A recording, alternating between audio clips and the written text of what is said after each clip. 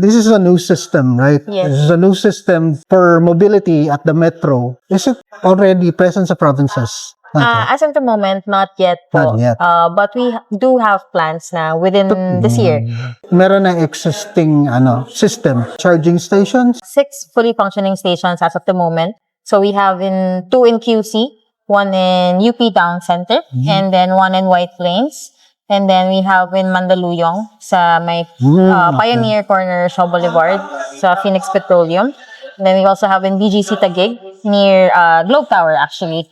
And then Sukat Paranaque, and tsaka sa JP Rizal Makati, both in Pure Gold branches. And how do we find yung swap stations, ng battery swap stations? Swapping stations po, if you already purchased a scooter, we have an application wherein you can download you have on your an app. phone, and then you can easily tap yung battery station doon, and you can easily check yung locations from there. You can also check kung how many batteries pa yung available dun sa per location. How about the motorcycles? Marami nang bumili ng Gogoro Yes, motorcycles. As of the moment, mga marami na talaga. Yes po. So, lalo na siguro dito sa Makati, Yes, marami na sir. mga. So, mobile na sila ngayon, as in, it's around the city na. Yes po. What country did it come from? Did it come from the Philippines talaga or from another country? It actually originated from Taiwan, sir. Taiwan. So, it was just brought here in the Philippines by Ayala, Globe, and 917 Ventures.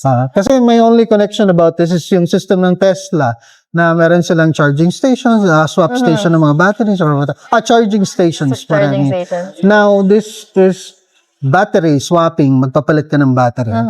Now, okay, so welcome to Gogoro Philippines. It's an existing system na kailangan i-adapt natin mga Pilipino. Okay? Kasi madami ng e-bike sa kalsada ngayon, pero wala tayong sistema. Okay? So, I think Gogoro will, educate us regarding the usage of, e-motorcycles here in the Philippines. Good day. I'm Julian Rodriguez from Gogoro Philippines.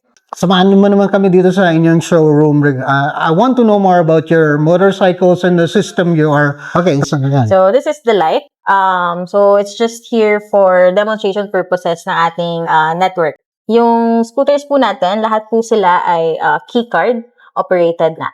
So no need for a physical key para i-open yung ating scooters. Card. Okay, yeah, card. so key card na po tayo. Or you can actually use your phone to open yung scooter natin. Ito, merong thumbprint? Hindi po siya thumbprint.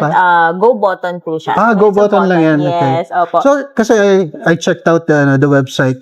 Siguro sa Super Sport pa yan. Merong face detection. For the face detection, it's not yet available here in the Philippines. So, yan. Yeah. Please. But in Taiwan, it is available na. Ayan. So, just tap po yung ating card sa sensor. So, for the light, the sensor is here po sa side. So, upper right po. So, to operate po, yan. Tap lang po yung card sa sensor. TFT screen, ha? Yeah. And then for the dashboard naman, you can easily customize yung ating colors via application as well.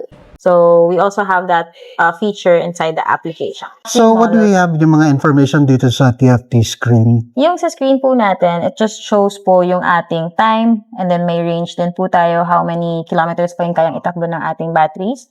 And then the battery level percentage, nandyan din po. So we have 5 levels po kasi for the battery. And then ang recommended po namin for swapping is when you reach yung second level na. As I noticed, dalawa yung battery. Dalawa yung battery talaga ng each motorcycle.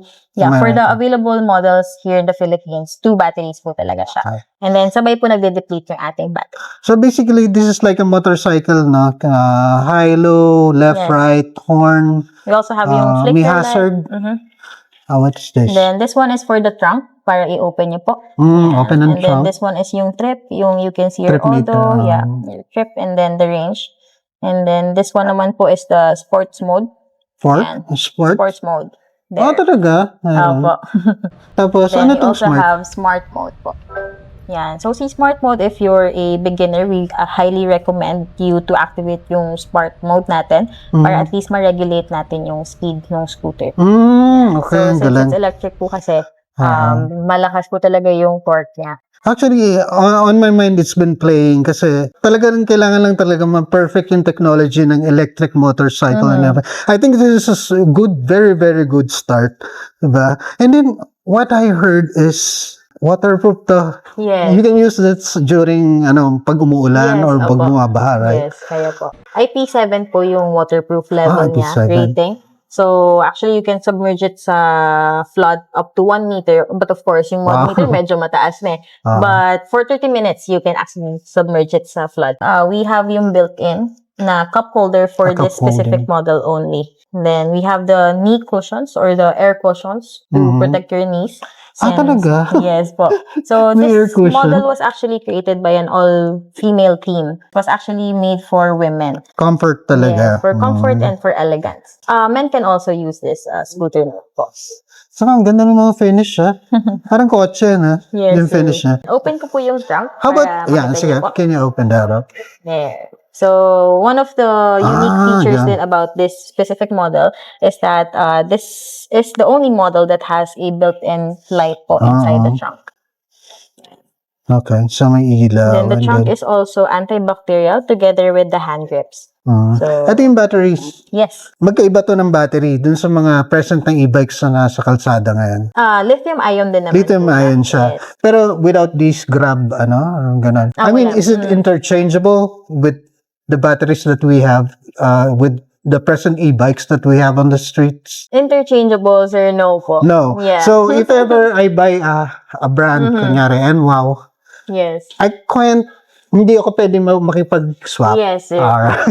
So that's what I mean. Yes. So what else is here? Dito sa loob. This is a fragrance box. So, you can fragrance put a box. scent just to make your trunk smell nice. If ayaw niyo pong mag-amoy kulob, especially in the Philippines kapag rainy season. I read dun sa website nyo, meron siyang anti-theft. Correct me if I'm wrong, ha? Dinidisable niya yung battery pag na-detect niya na hindi ikaw yung user.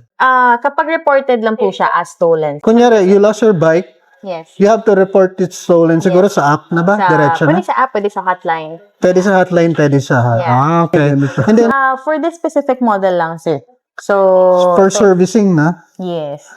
What- But dun anong sa model to? latest models natin, sir, nasa iba't ibang location na po siya. Hindi na po siya yung same na nasa ilalim lang. Higher location, so safer kapag bumaha. pag bumaha. So wala na sa ilalim yung Yes, opo. For this model, This what one model? is S1. So, this is S1. the first ever scooter created by Gogoro. Ang gaganda ng parts, ha? Saka futuristic yung design niya, no? Yes, sir. Talagang, ito yung rack. I was thinking what this is for. That one naman, sir, is an additional accessory. So, it's optional if you want to have it installed or not. Accessory lang Yes. siya. So, it's What a is wire this rack. for? That's for the Sa back. bitan. Yes. So, we have additional accessories pa wherein magnet po siya. You can easily connect it here and then pwede siyang hook ng bag. Dito nakahook yung backpack Yes. mo or whatever pa. Tapos magnetize ito. Yes po. Okay, that's and yung brakes niyan, very important yun sa mga Pilipino, usually sa mga riders. Yung preno niya, disc brake pareho, no? Yeah po. Tapos And then, yung isa, both naman po, lahat naman actually ng models natin are synchronized braking system. synchronized braking. Yung synchronized braking is like combi brake na. Combi brake. So yung pag nagpreno ka sa isa, magpepreno din yung kabila. Yes po. So hindi, to minimize skidding, di ba? Tapos yung super sport nyo is yung traction control, di ba? Yes, Yung traction control. Okay, So, or you want to proceed to other scooters na wala pong other. It's another model. So, this is S2 or G2 or premium of yung Gogoro. premium. Yes, but this is actually the cheapest model that we have as of now. Actually, quite same lang naman po siya with the light. Yung in terms of performance, it's just the same. Ang pinagkaiba lang po talaga niya is the seat height. So, this one has a higher seat height. And then, of course, the finish, glossy po ang ating premium compared kay the light is matte finish. And then, aside from that, the accessories that it comes with. So, this one has lesser accessories po compared kay the light. So, for example, instead of the cup holder ni the light, we have the compartment with a USB hub wherein you can charge naman your phone. Charger. Okay. Yeah. Then, when you open the trunk, it's plain po compared kay the light. Okay. So unlike the Wala light, lang siyang ilaw. yeah, wala siyang light, wala siyang antibacterial, wala okay. siyang fragrance box. So, what else do we get with this model? Actually, same lang naman sir, yung Same performance din, and then as well as the speed, the top speed is 90 Oh, what's kilometers per this? hour. So, Auto yung shut nakita niyo off? po, automatic po siya naglalak. So, you have that option as well through your application sa phone.